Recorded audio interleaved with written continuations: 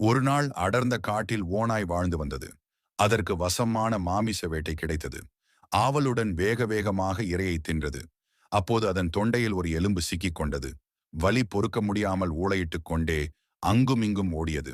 அப்போது ஒரு கொக்கு எதிரே வந்தது. அதனிடம் சென்ற ஓநாய் தனது தொண்டையில் மாட்டிக்கொண்ட எலும்பை எடுத்தால் தன்னிடம் உள்ள ஏராளமான பொன்னையும் பொருளையும் தருவதாக ஆசை வார்த்தை கூறி உதவும்படி மிகவும் கெஞ்சியது. ஓநாயின் ஆசை வார்த்தைகளுக்கு மயங்கிய கொக்கு உதவ முன் வந்தது. தனது நீண்ட அலகை ஓநாயின் வாய்க்குள் விட்டு எலும்பை எடுத்தது. சொன்னபடி பரிசு தரும்படி கொக்கு கேட்டது. பரிசா?